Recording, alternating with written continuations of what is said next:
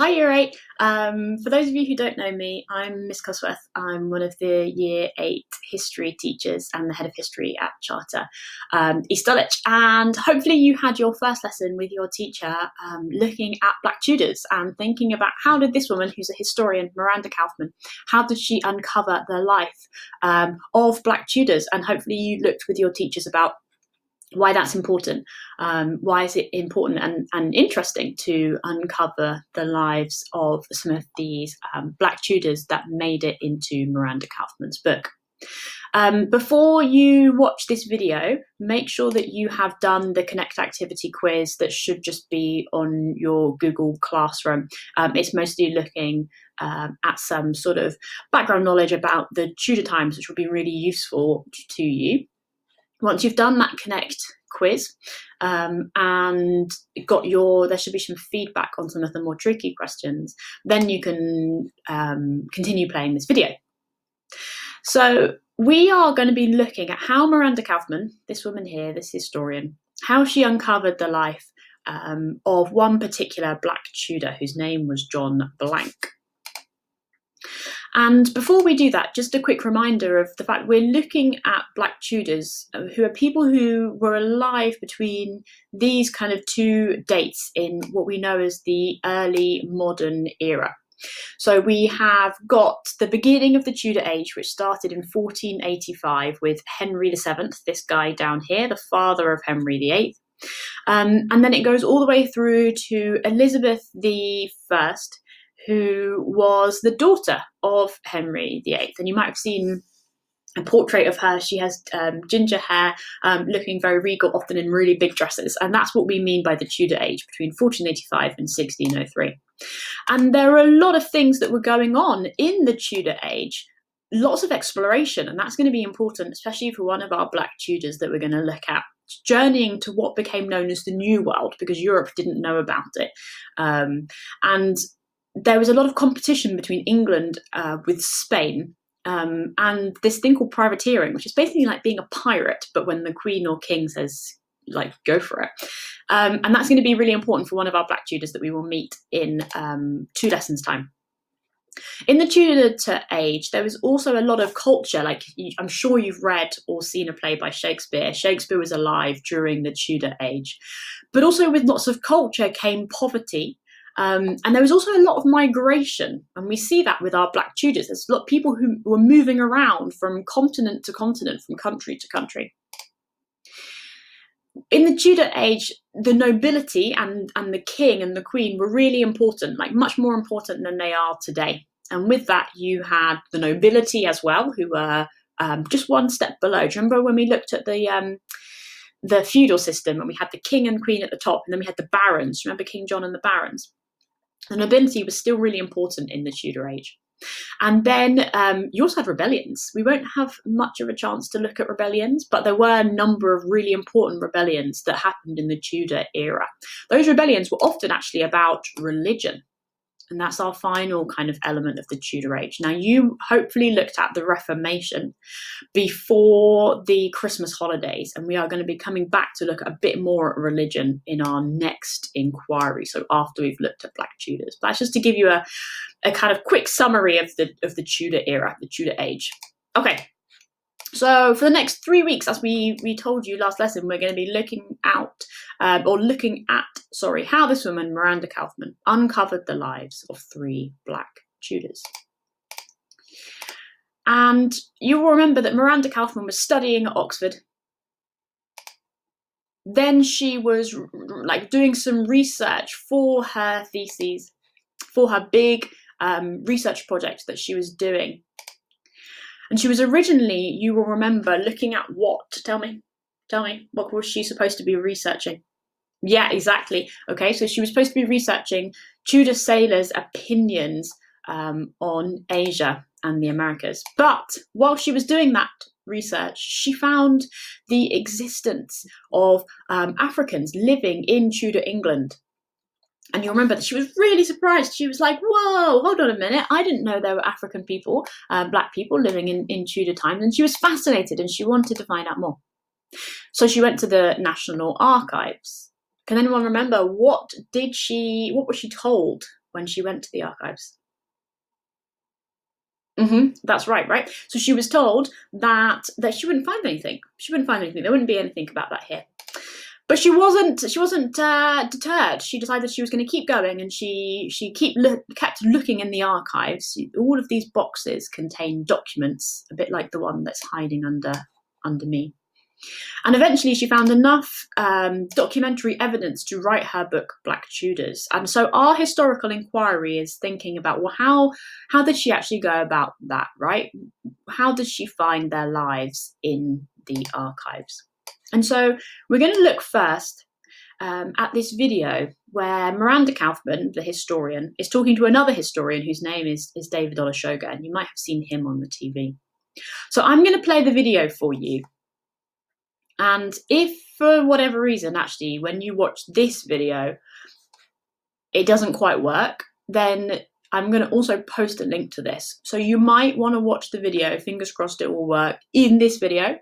If it's rubbish and like laggy or whatever, then just skip through when I'm playing it on this video and watch it separately, because it should work fine on your computer. I might pause the video 1 or 2 points just to make sure it's super clear. Okay, here we go. Between the 1500s and the 1900s, Britain experienced successive waves of migration, both in and out of the country. But why did these mass movements of people take place? What was the experience of the migrants, and how did their comings and goings affect this country and its people?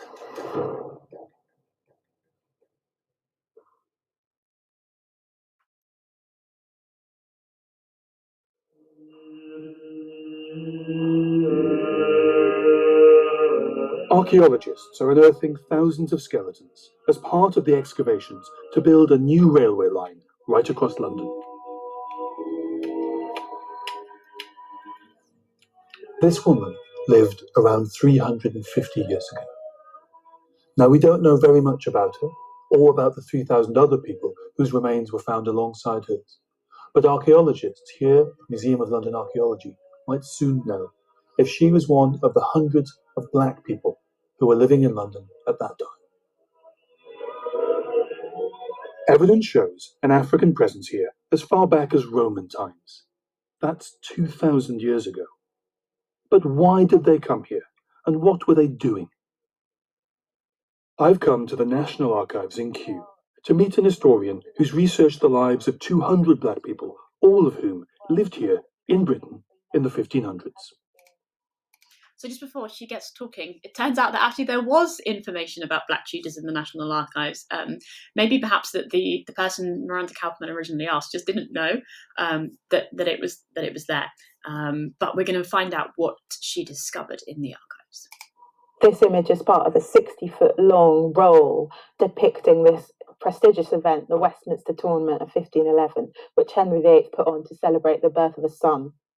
Here we have the face of John Blank, an African trumpeter, and you can see the royal standard hanging from the trumpet that he's playing. And the trumpeters were really important at tournament. You can imagine they have to herald the arrival of every new jouster onto the field. Sometimes if you were an ambassador, you would travel around Europe with a trumpeter to announce your important arrival. We have records of him being paid wages. We have a petition from John Blank asking for a pay rise. So he's writing to the king saying, I want more money. So just before we look at the petition, I think it's really interesting to think about, well, what could we know? What did Miranda Kaufman find out about John Blank from her own research, but also just from the Westminster Tournament roll, which is, this is part of it, and this is the bit with John Blank. He actually appears twice.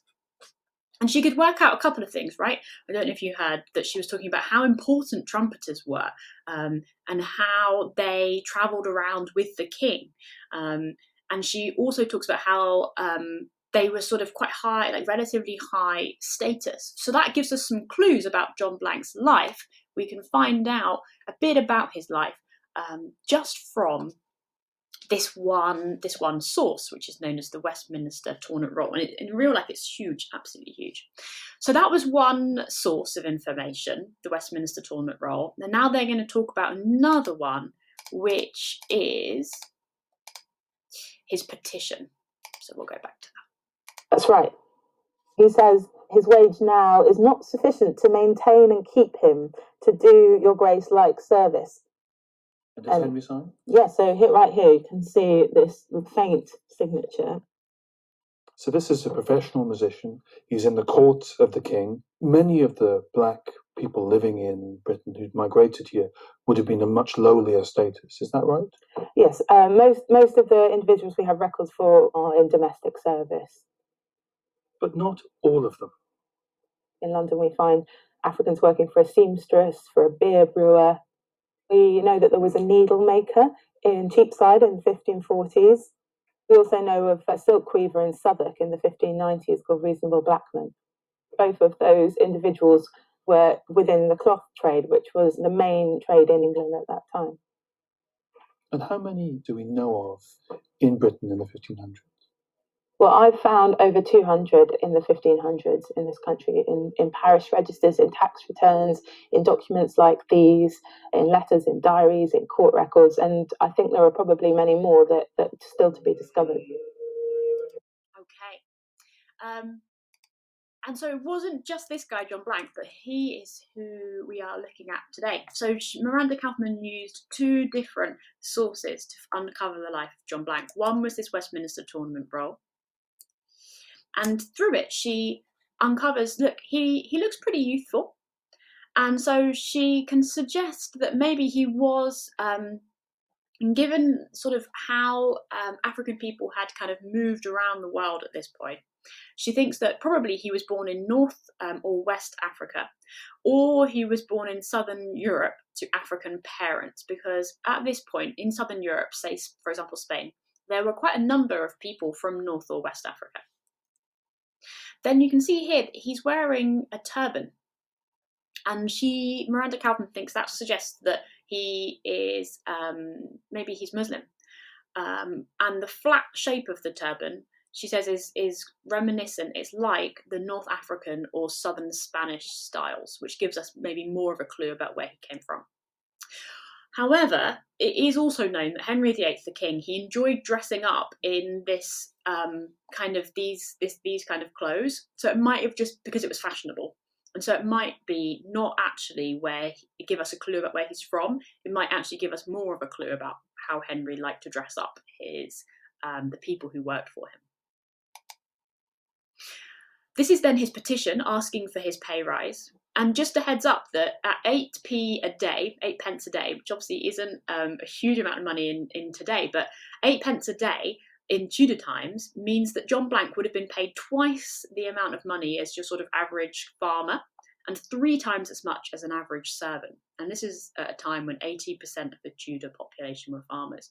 So even his original wages, not let alone his increase, his pay rise, would have made John Blank quite a well-paid person relative to ordinary Tudors. So what I would like you to do now, my lovelies, is to show me what you know by going onto this Google form. Now, it has a link to the video if the video that I showed you in this video was really laggy, or if you just want to watch it again. The most valuable bit is up to 3 minutes and 27 seconds, so the first bit of the video. Once you've done that, I'd like you to use this image to answer the 3 questions below. This is the Westminster Tournament roll. So you pick out 4 things you can see in the source. So you might be able to pick out that there is a black trumpeter. You might pick out that he is wearing a turban. You might pick out that something about what he has on his trumpet. Okay, 4 things. So what conclusions did Kaufman make about where John Blank was from? She thought he either came from North/West Africa or from southern Spain. Okay, and you might want to add a little bit of detail about the turban, and you can use the information from the slide, which I'll also put on the classroom for you. What conclusions did Kaufman make about Blank's life in England from the Westminster Roll? Well, trumpeters were high status, or was a high status role.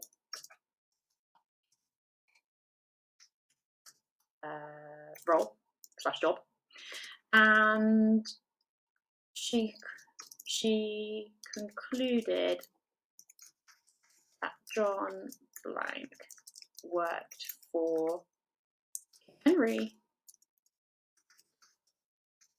Okay, so something similar to that. Once you've done that, you move on to the next section of it, and you can see here is Blank's petition for higher wages, the one that they talked about in the video. So you might want to go back to where they're sort of talking about it in the video and watch it again. And here is the copy from that document.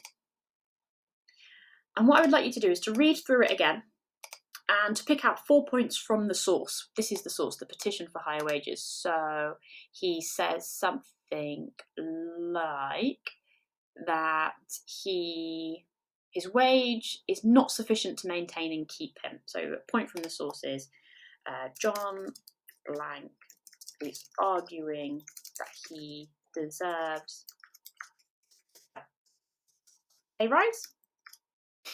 And he says something about this like other guy, Dominic. So have a little look about that. If you can't find 4 points, don't panic. Just try and find as many as you can.